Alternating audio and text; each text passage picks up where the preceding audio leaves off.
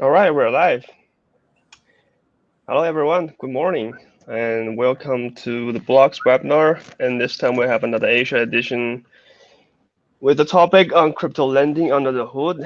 And we're going to focus on the crypto lending business as a general and also with a focus on the Asia markets.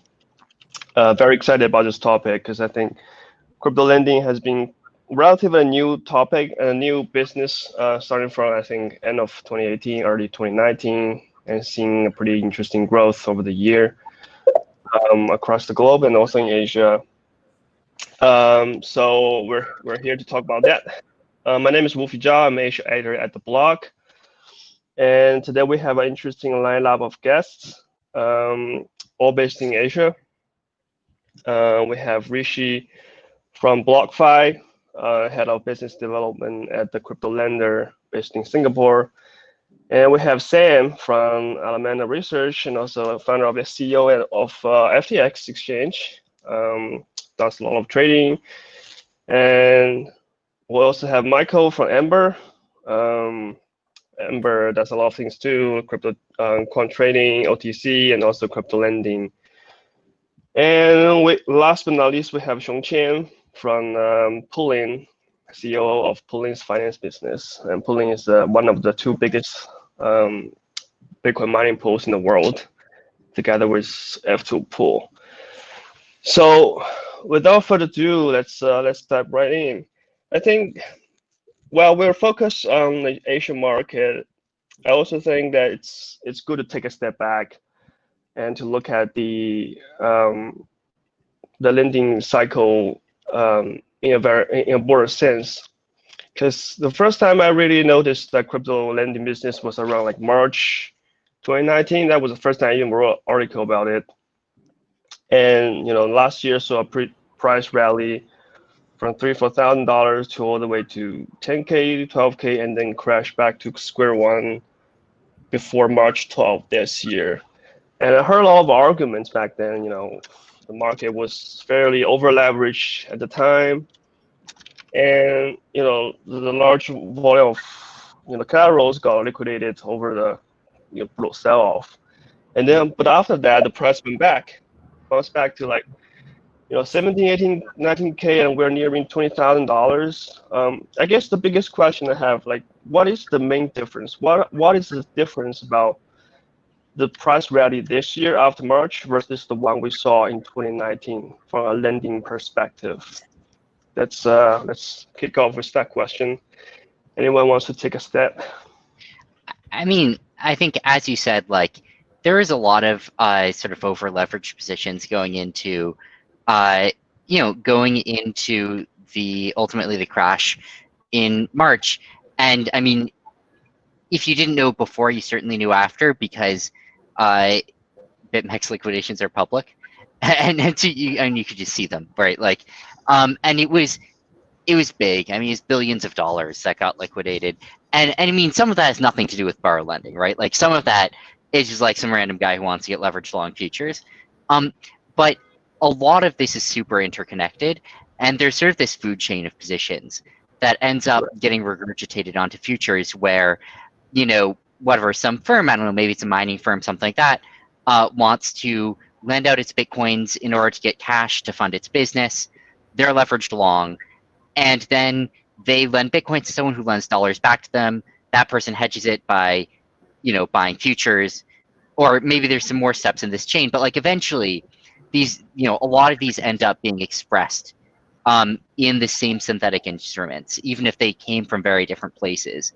And so, it's not so much that like the initial people who are trying to get leveraged long necessarily were the ones getting liquidated even. Like sometimes those positions have passed through a few hands in the middle.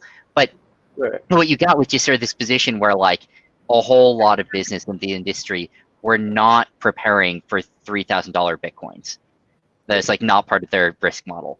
And then all of a sudden Bitcoin broke below 4K, and it's a scary time until things sort of like reset a little bit, and then no one had to get liquidated anymore.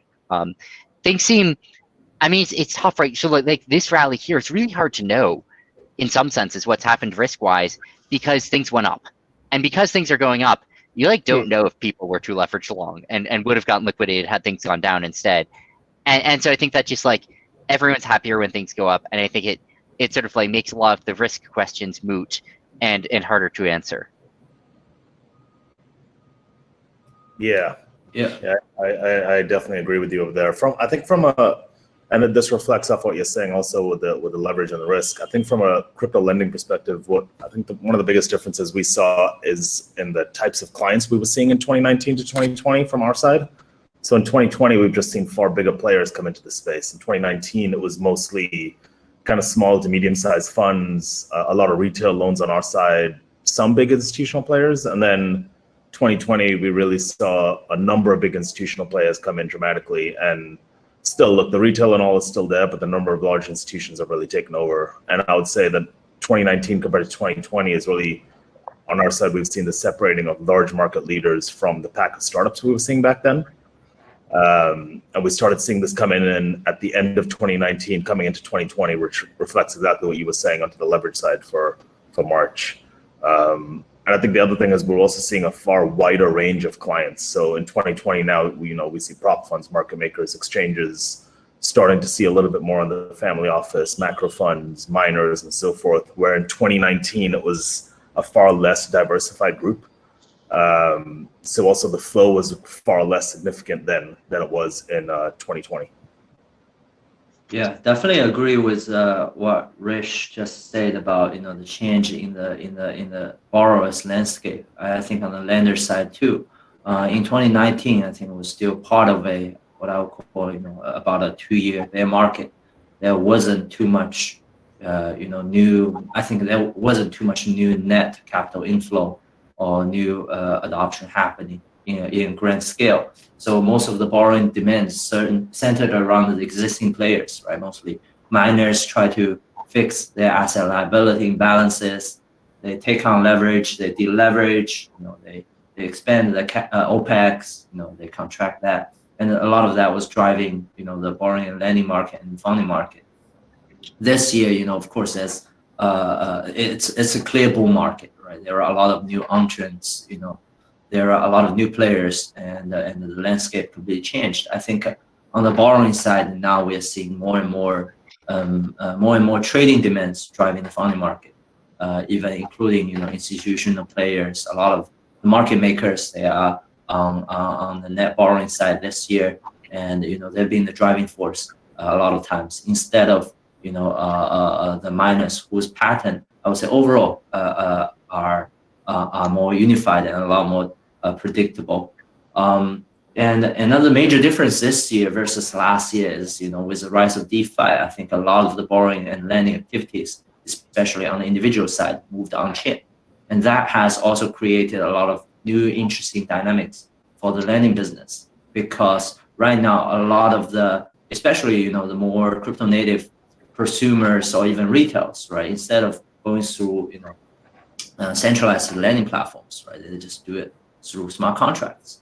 But the liquidity in the end, right, still flows through the same ecosystem. Then you will have a lot of the players take liquidity instead of directly from the retails or from the end individuals. They take that lending liquidity from either smart contracts, from platforms, from what we call almost like an interbank market, right?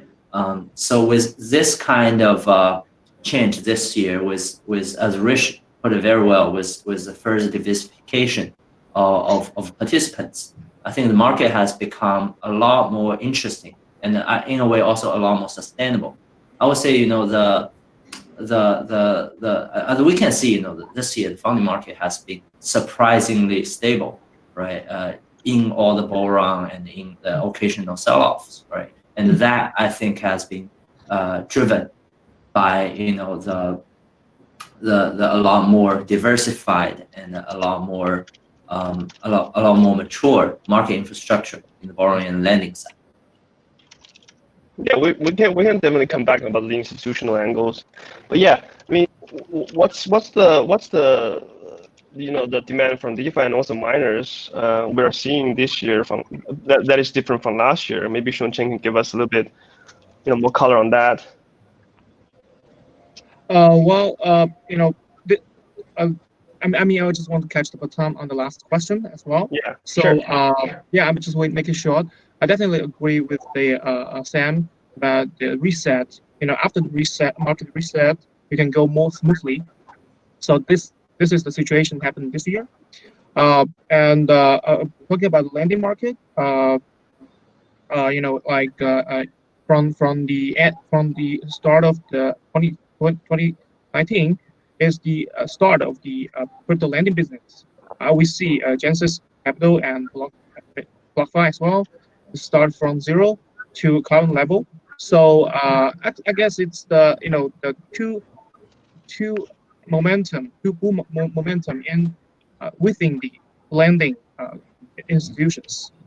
So okay, so I'll answer your question about what is different from finance demand because we luckily started our business from this April.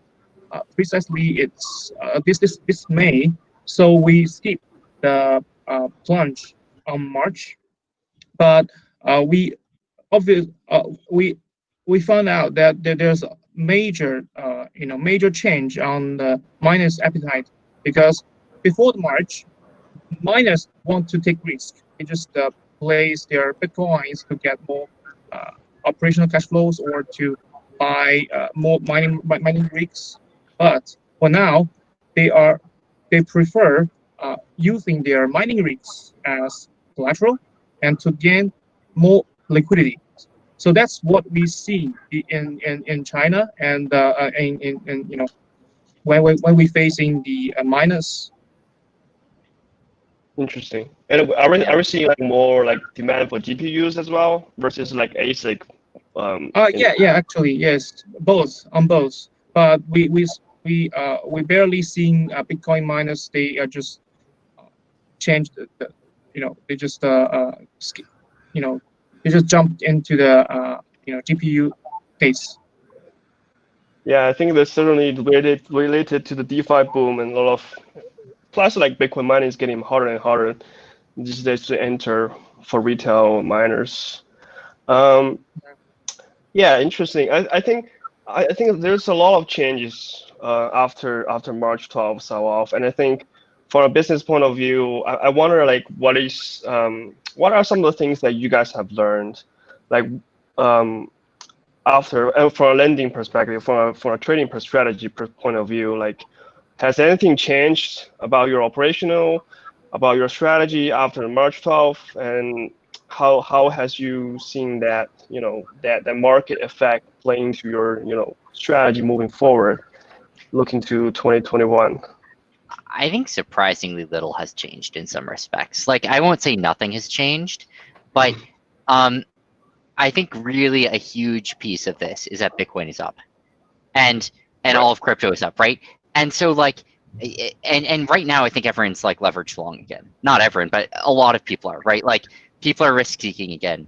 It's a lot less scary maybe than in March because the industry just made mark to market like $300 billion or something over the last 5 months, and that really fucking matters, right? Like it's sort of paper wealth, but what it means is that like the crash from 19K to 10K is a lot less scary than the crash from 10K to 4K because Hmm. this is mostly people losing profits as opposed to people digging into debt.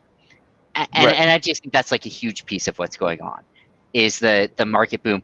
And I think that we did see some de-risking and deleveraging after March, like definitely huge impact. But I think that that may have sort of been undone a bit over the last few months as March fades away, and now people's two most recent memories are DeFi booming and then Bitcoin booming. And so it's sort of like two different bullish things competing with each other in a lot of people's minds. And I mean, you read Twitter right now, and like whatever, it's the same on many social media platforms. It's like not ambiguous what people's sentiment is, right? Like Right. it's just like 98% of posts are bullish. It's sort of like off the charts bullish what sentiment is. And you can look at futures premiums, you can look like any sort of representation of this. They all agree people are getting long right now. Um, and one thing that I think is like very different between this and 2017 is like 2017, the world got very long crypto, but it wasn't like it was like 50 million people. Like, how did it happen? It really was 50 million people each buying $1,000, right? It was like your uncle just bought like his first the Bitcoin, and he's showing everyone the Bitcoin that he just bought, you know, and on the Bitcoin app, and there's like a lot of him. That's not what's happening here. Like, we're not seeing massive new customer registrations. We're seeing steady new customer registrations, and instead what we're seeing is massive buy-in and excitement from all of the people who have already been in the crypto industry, plus like 12 giant players who are starting to test the waters on it, like PayPal. Yeah. Actually, Sorry, go on. Yeah, sorry. Yeah, so I was gonna say, you know, actually I agree with Sam in that, you know, surprisingly, even for us internally, it didn't change too much per se. The March 12th event, I think, you know, going into the event and before and after, Amber Group, we also had pretty strict and comprehensive risk protocols already. So, you know, there wasn't too much to be changed for the event alone. But what changed for us was actually externally, and it's actually quite interesting given, you know, this year's, you know, very bullish rally, right? We've been always quite cautious on, you know, on warning or even advising our clients on, you know, on their trading or investing actions, especially with leverage, right? We've always been somewhat vocal against excessive use of leverage. And, you know, it's not just words, right? We show it in our products, across our products, from the Amber app, the Amber Pro, you know, our 24/7 voice trading desk. You know, we rarely allow our customers to take up leverage over, you know, 3 to 5 times. We sometimes would rather lose a business than, you know, allowing them taking more aggressive leverage. And after March 12th, right, and especially, you know, after March 12th, we did lose a few customers because they went out of business after the sell-off, right? So we became even more firm on that stance. And in a way, you know, I think from a business perspective, it kind of hurt us a little bit this year because we had, you know, some customers coming to us say, you know, hey, you guys are bullish, right? You guys, you guys think, you know, it's a bull market. Why don't you let me go a bit more crazy, right? And our answer is always, you know, we are bullish, but we are long-term bullish, right? We're not sure, you know, if you know, going crazy right now and taking, you know, massive leverage is the best thing to do. But this year, you know, people are rewarded because Bitcoin is up. People are rewarded for their actions of taking more aggressive leverage. So in a way, you know, I don't know if it's good or bad from an industry point of view, but, you know, from our own experience, right? I think what March 12th, back to your question, what March 12th did to us was actually reminded us, or, you know, pushed us to be even more vocal about our attitude, about our investment philosophy, about our recommendations to our clients, which, you know, in the short run, we might, it might not have paid the best price, but, you know, I think in the long run, it will. In terms of trading strategies, you know, it's also quite interesting. I think after March 12th, right, the market took a little break per se. You know, there was not just the March 12th sell-off, if you remember. There was a double dip on the March 16th, right? And from our perspective, you know, March 16th was actually even more deadly than March 12th to a lot of the trading players because March 12th happened so quickly. A lot of the trading players, some of the miners, a lot of the counterparties of theirs didn't even have time to react to that on March 12th. Price just gapped, right? But when the second dip happened on March 16th, a lot of them were hoping, you know, they can somewhat, the price can climb back and they could recover their loss, you know, completely gave up actually on March 16th. So there was definitely a washout of this kind of players on March 16th actually, and the market, I think, you know, it then gradually added back its leverage. You know, there were a new entrants both on the institutional side and on the retail side, on the more speculative side. Gradually, you know, returning to the market. But I think for a period of time, there was a break where the players who left after March were mostly sophisticated, and I think that again, I think it's very good in the industry in the long run, because after each of those waves, people who survived really learn what they should do, and they really learn this is still a very young market, right? I mean, now we might or might not break 20K this year, but I think this is still just the very beginning for the industry. It still has a long way to go. It still is a young asset. Crypto is still a young asset class with this kind of volatility events. People need to learn to stay disciplined in order to stay invested for the long run. So in a way, from a trading perspective, right? Again, it didn't change too much for us per se internally, but externally, I think for the market, it did.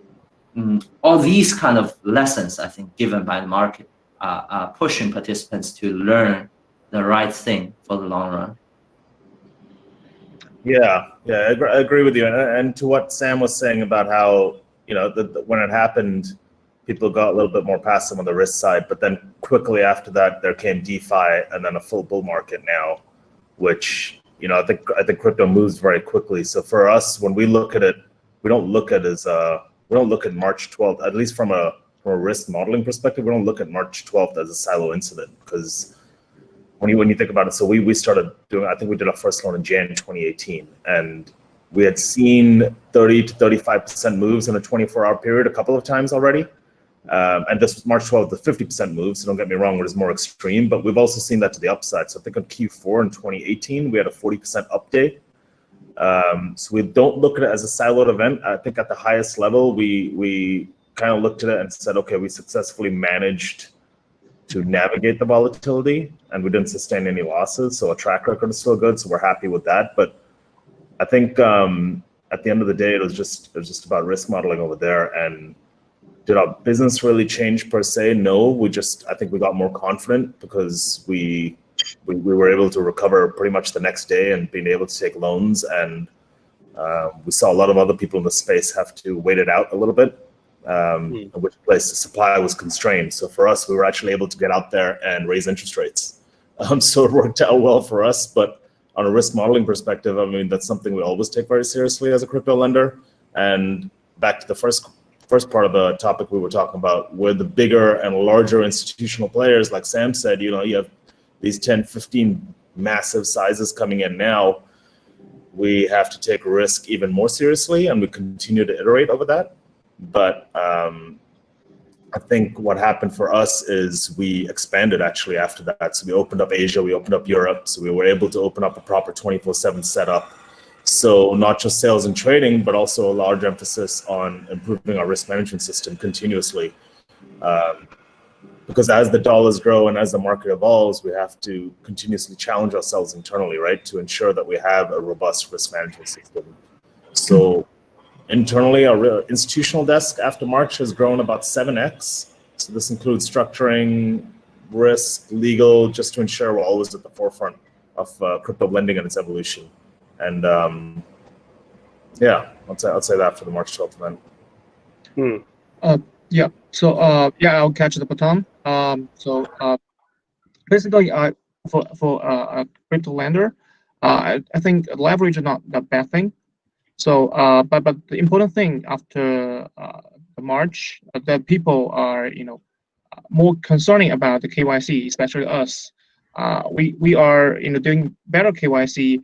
First, we have the mining pool, so we can link dynamic hash rate data with our active miners clients to check out how much their output and how and if they can pay back if they have the payback ability. So that ensures us to maintain its collateral stable rather than liquid. So that would good for both sides. And on the other hand, one observation here, I do appreciate the change on the mining rigs backed loans, because I think this is good for both parties as well. What we only need to do is ensure the absolute custody of mining risks in our mining data in our data center, and especially when clients using our hedge services at the very beginning, because they just locked up the whole value of the loan amount, and then it's risk neutral. So on the other hand, our incremental loan is rushing into the DeFi area, especially after August. So actually, we will help our clients to audit the protocols they are doing the liquidity mining. So that would help us to manage our risk as well. Yeah, I mean, yeah, it's also interesting that miners are like a natural, circling supply provider in terms of lending as well, because you can always see their if they have the ability to increase the collaterals, etc. But I mean, circling back to the point that Rishi just said, about the expansion of the Asia business landscape, I do wonder, like, because we're gonna focus on the Asian market. So I do wonder, like, what are the unique things about crypto lending in Asia regions from its counterparts in the US or in Europe, in terms of many things, operational side, legal implications, Yeah. User profile, demand appetite, etc. So I think there's like surprisingly many similarities. And that doesn't often happen in crypto, but I think in some cases it does in lending, because most of this is done OTC. And because of that, you route around a lot of the things that tend to split the East and the West in crypto. To the extent that there are big differences, I think some of the biggest things we've seen are that in Asia, there's this, people have access to derivatives exchanges and to margin trading on spot exchanges. And in the West, that's way less ubiquitously true. And so because of that, generally the ability to hedge deltas and having lots of ways to hedge deltas and lots of ways to get a capital base out of coins you can't or don't want to use or sell is there's a lot of options in Asia in general. And so because of this, I think you see two effects. The first is that people are like loans can take many forms, and you see the exchanges themselves getting pretty active into this business. I mean, and again, there's like a difference in how they work there, but like, you look at Binance, Huobi, OKEX, with billions of dollars of assets between them on exchange, and that's like a really significant factor in the game. And then you also see people really heavily making use of those and other exchange services for complementary parts to borrow lending. Whether it's hedging deltas, whether it's finding competitive options, and weirdly, not that weirdly, actually, kind of very predictably in some sense, you'll often start to see these things line up with each other. Not immediately, like there's definitely an efficiency, but if you're in a sustained market for a while, you'll start to see a convergence between borrow lending, general demand and supply, between futures premiums, between exchange supply of assets, and all of these other things, as they all start to work in concert and fund with each other. And you'll get into these positions eventually where like everyone, just like clearly the whole world is trying to find some way to do the same trade. Right now that trade is get long Bitcoin, but it's been other trades at other points, and just like it gets more expensive everywhere. And like everyone, like you'll just see someone like just like poking around a ton of different shit to try and find like ways to do this. And so so I think that you see that interplay a lot more in the East than you do in the West. But that being said, I think the core borrow lending desks actually have like a decent number of similarities between parts of the world. Yeah, I agree. I think it converges very well, and it moves very quickly, right? It's not like in traditional finance where sometimes there's a massive gap over there. I think some of the bigger differences that you do see, though, is probably on the user base. on the types of clients that are borrowing.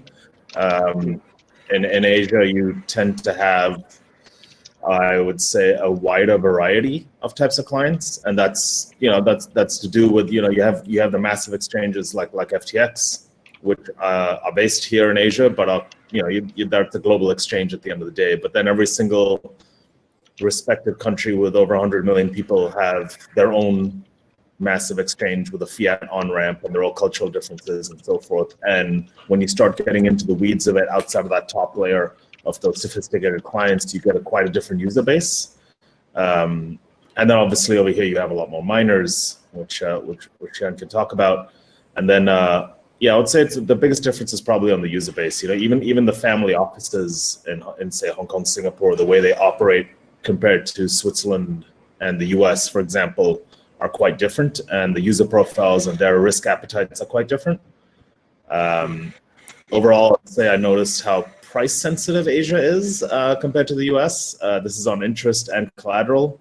And then I would say, and this is a very positive thing, I feel like Asia clients are far more agile.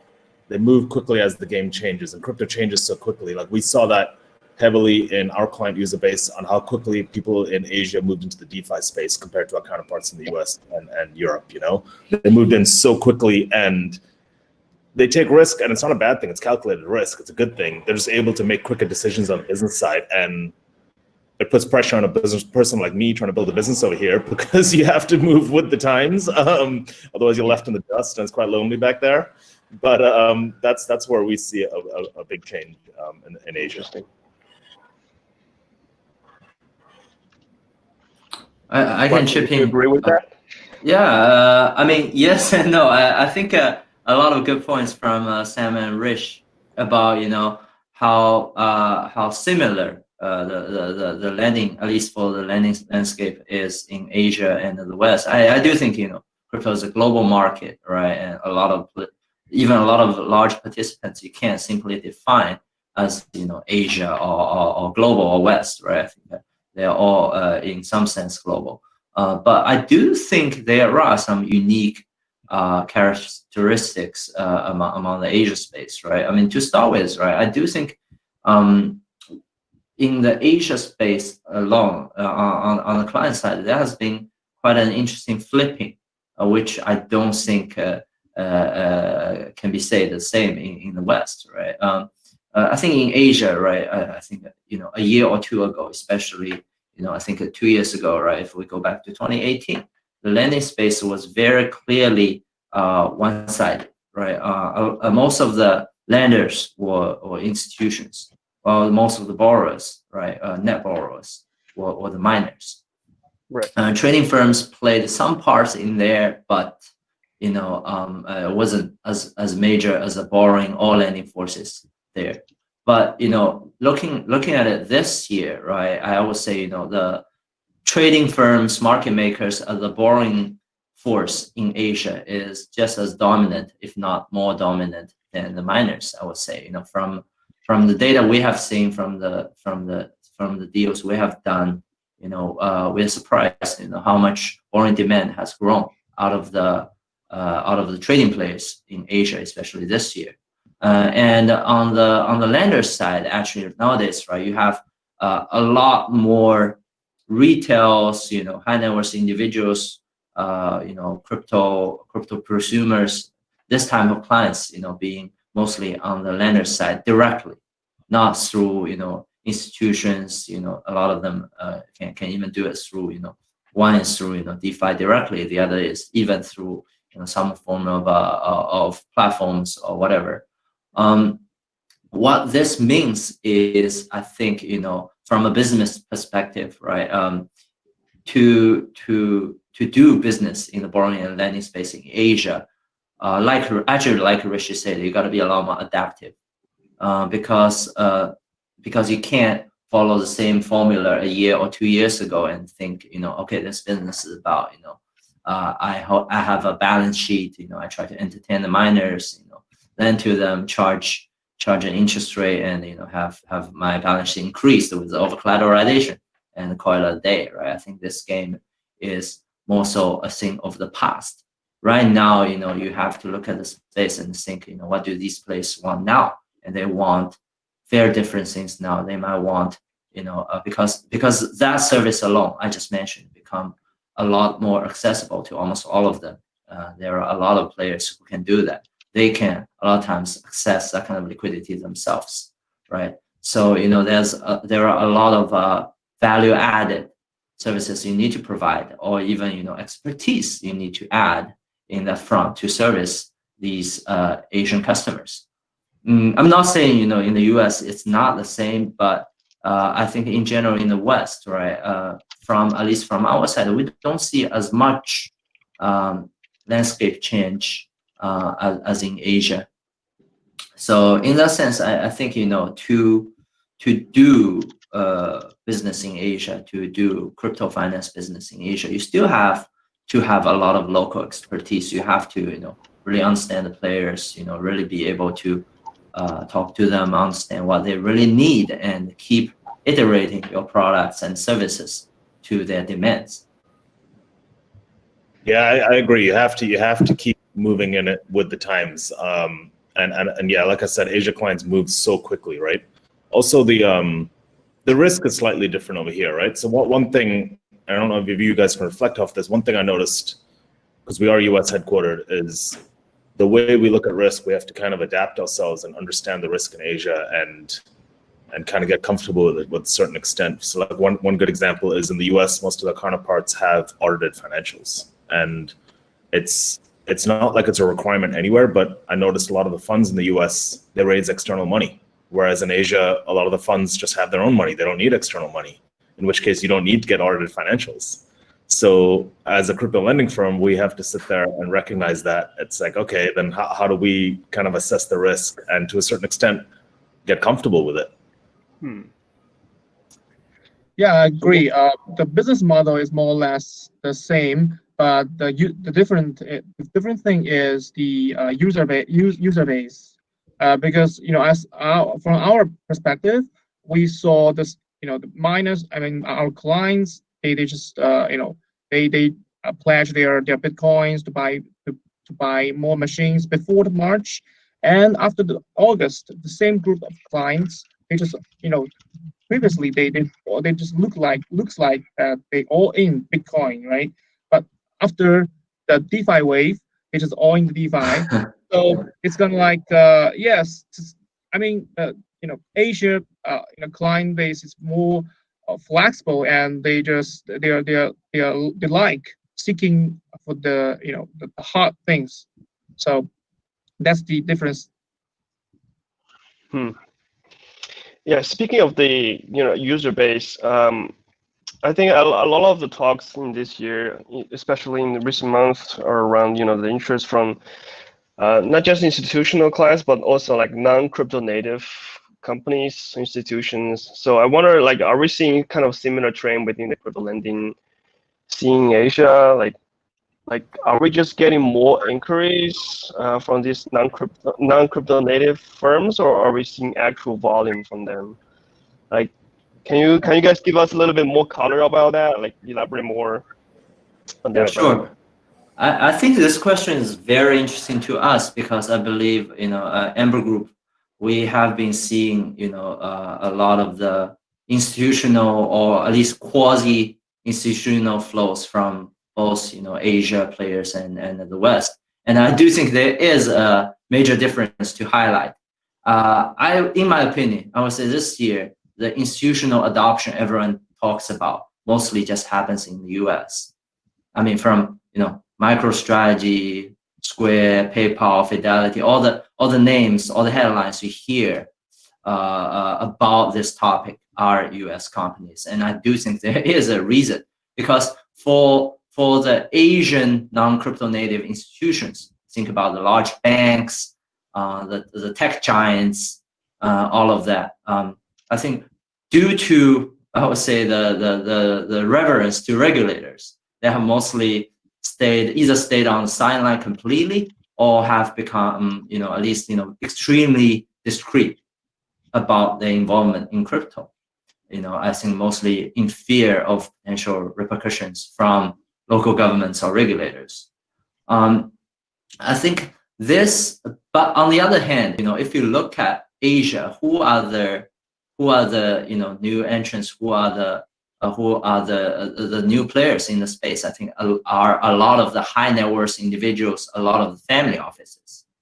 They are a lot more nimble. They have a lot less constraints, and they are very connected to the global investing world. So they do follow the footsteps of these large U.S. institutions, those investment managers, those large global conglomerates, right? So we have been seeing a lot of you can also kind of call it institutional involvement in Asia, but mostly from either these family offices or these companies or institutions that are set up directly by these wealthy individuals.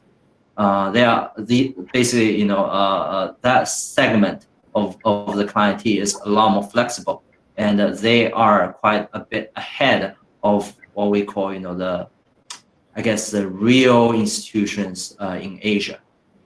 But overall, to me, this is very, very bullish in the long run, because if you think about it, these large Asian non-crypto native institutions are still not in the wave yet. So when they finally join us in this crypto rally, I think the next wave of crypto adoption is even going to be more mind-blowing. So in a way, I see this as a very, very long-term bullish sign, because you never want to hear all the bullish catalysts are already out there, right? You want to know there are still things to come, and I think this is probably one of the biggest things yet to come. Is when these large banks, when these tech giants in Asia, they do get involved in crypto, I think that's gonna be the next huge leg up for the whole industry, and we do believe that's gonna happen, and potentially sooner than everyone imagines. Yeah, it's definitely, I completely agree. It's definitely a trend we're seeing over here at BlockFi. We're US headquartered, so we see a lot of inquiries from traditional firms globally, as I'm sure everyone else is. But we're also seeing this turn into actual business too. So we have 4 times the amount of institutional clients that are actively borrowing from us than we did at the start of Q3. And our run rates from loans to institutional firms entering into the space, traditional firms have doubled from Q3 to Q4. So of course we're starting off at a lower base, right? Because primarily we had a lot of crypto native firms. So don't get me wrong, those numbers, the multiples are obviously skewed, but it still shows the massive growth and opportunity over there. And I think for us especially, we've seen this in the US a lot, and we're seeing the same trend over here. It's just, in traditional finance, Asia's in this traditional, not crypto, in traditional finances, Asia's always a little bit of a lagger. And I think when it comes to crypto, that lagger, that closes very quickly. Same like how we talked about DeFi, Asia picked it up, I would say, far quicker.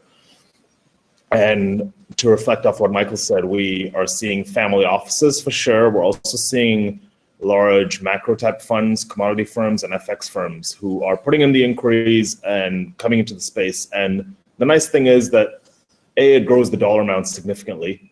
It grows crypto adoption, but also forces us to get creative and put out more sophisticated products. So it's not just a simple borrow lending anymore, right? We have to come up creative products and work with them. And I guess another trend that we're also seeing, because we also have the BlockFi interest account side, is we're starting to see more and more people. So outside of the the micro strategies and squares, we're starting to see more and more people put a little bit of their balance sheet into crypto and coming to us to earn interest. So we're definitely seeing an uptick over here. And these I'm talking about, like nothing that's going to make you headlines per se, but these are your SMEs, your shipping companies in Asia, your handbag manufacturers, and so forth. So it's a start, right? It's a start that they're sitting there and even doing it and putting a little bit of their money into Bitcoin. And I think all it takes is really a crypto enthusiast at a senior level to kind of start the conversation, because the global economy is ripe for it, and the state of the economy is ripe for it with inflation as it is. And so what we do is, I think our part has to come in as educators and really make them understand the risk. It's kind of the one-on-one stuff, get them more comfortable. And one trend that I have seen as these guys come into the space is they are pleasantly surprised at how sophisticated it is. Because I think when you look at it from the outside, and if you don't know much about it, you kind of think it's kind of bare boned, and then you come in and you start seeing the FTXs of the world and the options and everything else, and pleasantly surprised. So it's really great to see that, and I agree that's going to be, in our view at least, one of the biggest growths next year is to see that adoption.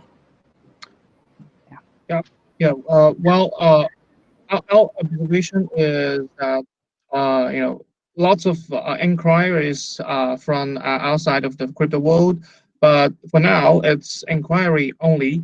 So especially in China, there's a lot of uncertainty on policies and lots of regulations here. I mean not regulated so far, but it's like invisible the regulation here.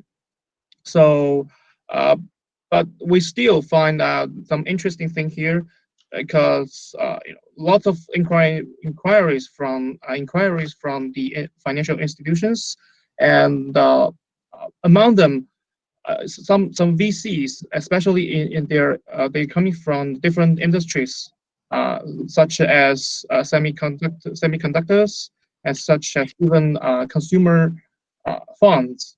The PMs, they are asking some questions on DeFi. So that's the thing that impressed me a lot, because the DeFi things finally just get out of the crypto world.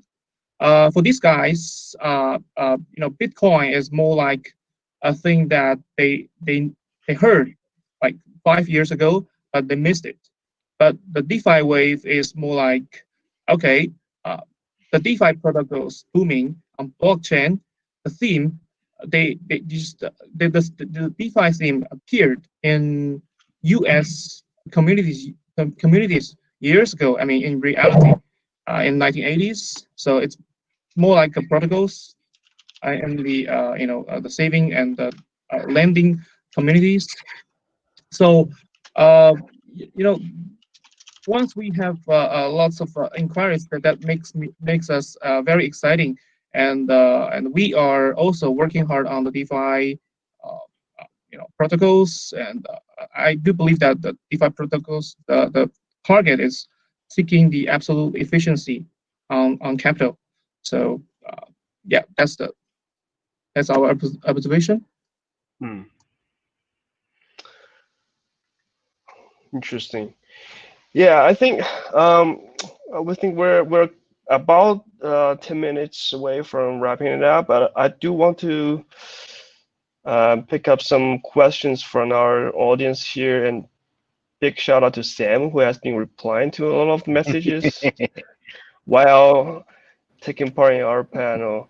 But there's something question about DSAP, CBDC, that I think might be interesting. This is a question from Neil Bowles. How do you see central bank digital currency accelerating the notion of crypto lending / digital securities? Any thoughts about that? Sure, I can jump in here, I guess. I mean, I think it is an interesting topic. I've been asked on a few panels about this, and I always start with saying I think it's largely positive to crypto, because no matter what, it definitely helps the general crypto awareness and crypto education, right? Whether you think it's real crypto or not, that's a different topic, I guess. But secondly, the DCEP is built, like it is built like decentralized. I mean, it's not decentralized per se, right? But I mean, it's built, on. It's a smart contract. You can build things upon it, right? It looks like just another cryptocurrency, except it's centralized from the central bank's database. And in terms of enhancing the business, right? I do believe at some point we will see the bridging between what we call the more crypto native crypto assets and these kind of more centralized or sovereign backed crypto assets, and that's gonna create first, for the guys here on this panel, a lot of business opportunities, and secondly, gonna bring a lot of new inflows into the industry, a lot of new talents into the industry, a lot of new space for innovations in terms of both products, technology, and business models in the space. So I think it's hugely positive.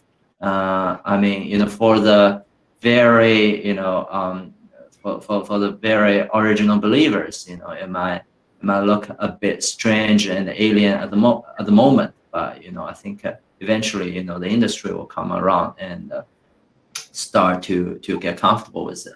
I do think it is part of the transition from for the industry to go from still somewhat a niche industry to I think a much larger fintech category. Yeah, yeah. This is one thing I got asked a lot. Like, what's the difference between a DSAP versus like bank versus like what if I pay with WeChat or Alipay? But I think that's kind of a concept that ties into crypto where you can get in possession of your own asset versus like you custody with the bank. Because if you pay with Alipay, you're still paying through your bank deposit. So yeah, I don't know if other people have some thoughts about this topic. I like Weekly think it might be bad for crypto. I don't feel strongly about that. I really don't want to put that much weight on that. But I think there's a narrative you could tell, which I think is totally plausible, where the way this ends up is that like some countries finally get their fucking shit together and get their money online, and Yeah. it's not a public blockchain. It's not even a private blockchain. It's not a blockchain. It's just a database. Like it's just like the government has a database, and that database stores how much money everyone has, and there's like some API like interface to change how much money someone has, and Right. and then what you see, I mean, and like look, like Alipay, WeChat Pay, these things are not that far away from that, right? And they fucking work. I mean, if like you sort of like watch them in action, and it's like it's just obviously better than like a lot of other systems out there. And I think that like the bearish case for this is something like eventually, sort of like RMB and USD and Euro all end up there, and JPY and GBP. Once you have those, you have basically the world in terms of like currency weight. And all of a sudden, like one of the big driving forces behind adoption of blockchain, which is reducing the friction of payments, just sort of melts away, and that blockchains, instead of competing with like bills and wire transfers, are now competing with centralized databases and API calls. I don't want to strongly say that's going to happen or that I feel confident about any of that. I just think it's like I think I'm like about as compelled by the bearish case as the bullish case there. Yeah, I mean, I definitely read a lot of things about the surveillance capability built into the central bank digital currency if it's capable of doing smart contracts. Because it's basically, if you digitize the cash and cash is the last anonymous payment tool, then everything will become visible But in a private ledger. I actually think it's a lot beyond that, though. I mean, it's also a smart contract, right? You can actually build Ethereum like whole business automatically on it, right? I mean, in the end, in the case of CBDC, it's a centralized database in the end, but it doesn't mean there are not enough room for innovations. And also, I think on the competing point, it's about what do you define as crypto assets, right? I think the crypto assets can be defined a bit more broadly, right? In that sense, it's not competition, it's inclusion. Right. All right. I think before I'm gonna let everybody go, I just have one last question. Because it's now approaching year end. So, for your own perspective, your own business lending or trading strategy, what are the things that you look forward to seeing happening in 2021?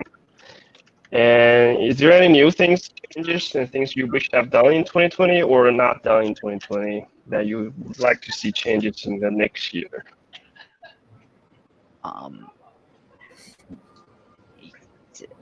happy with a lot of what's happened, I think. I mean, a ton of business growth, which is always nice, and a ton of new partners, which is great.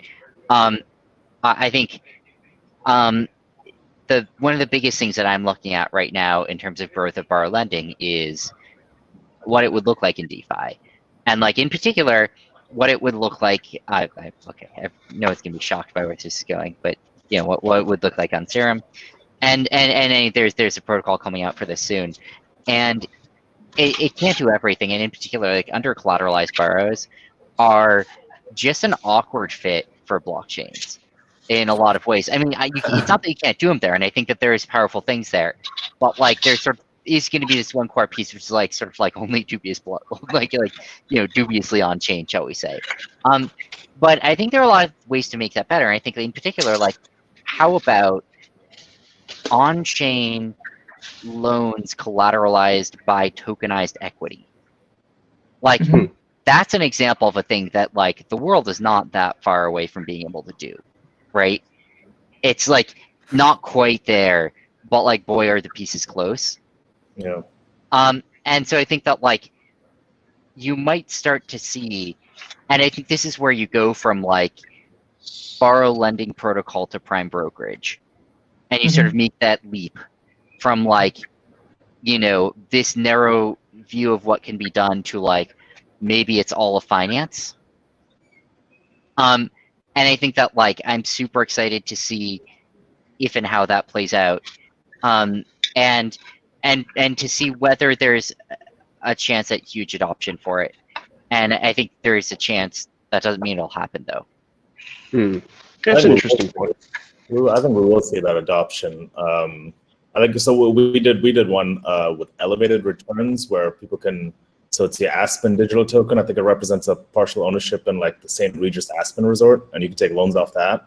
So you're starting to see it. So I'm kind of hoping for more of these types of partnerships. And I think we'll get there. I'm not sure on DeFi per se, on smart contracts, but I think we'll get there eventually. I kind of just want to see more institutional getting into this space, more new money, I agree. more traditional, kind of educating themselves. Circle jerks can only go so far. Yeah, exactly. Yeah. Go ahead. So I agree with Sam, and so as I just said, the target of our DeFi mission is seeking for the absolute efficiency on capital. So we saw Andre is doing that by merging protocols, and it's more like that on current protocols, like you can do lending and you need to place over collaterals, but if you just make smart contracts and combine it together, and you can just in the meantime you can just borrow and lending, you can do the trading, and you can make the make that smart contract more efficiency. Actually, similar to what the guys just discussed, I think one trend we would really love to see, and I think it covers pretty much all the different directions we just discussed. I think crypto finance should be defined more broadly, and people will start to acknowledge that, accept that, over next year, hopefully, or over the next few years. That means, including things like Sam said, tokenized traditional securities, tokenized other assets, like Rishi said, real estate or whatever, right? Tokenized ownership, tokenized data, right? Become part of the crypto finance universe, right? And they are, utilized whether as collateral, right? As liquidity, as part of the portfolio, and I think that will broaden the definition of crypto finance than just Bitcoin, Ethereum, and some other crypto native tokens, right? And that's why similarly, I think even centralized digital assets like CBDC or other government backed or corporate backed crypto assets should be included in this universe and in this space, and the industry should embrace all the different all the different aspects of how this industry can evolve. Of course, in terms of each direction, right, there are different roadblocks, right? Like, if we talk about tokenized security, then, regulation comes into play, security regulations, how do you come around with that, as crypto players, how do you balance between that front and straight tech innovation? There are a lot of problems to be solved, but that's also what makes this industry very exciting, because if we, or I think as an industry, we gotta have an open mind and embrace all the possibilities. At the same time, we gotta realize with all the possibilities come along with all the problems, and solving them I think is what makes me most excited about for 2021 and the years to come. Yeah, I mean, I personally also very excited about what's gonna happen like next year. 2020 I've seen a lot of things. Feels like such a long year and also a short year. But yeah, definitely interesting to see what will happen next year. So I think with that, we can wrap up our discussion. It has been really fun talking to you, all the panelists here today. Hope you guys enjoyed the discussion as well. And thanks for everybody to joining us. All right, thanks everyone. Happy holidays. Yeah, Thank you, everyone. guys. All right, thanks. All right, cheers.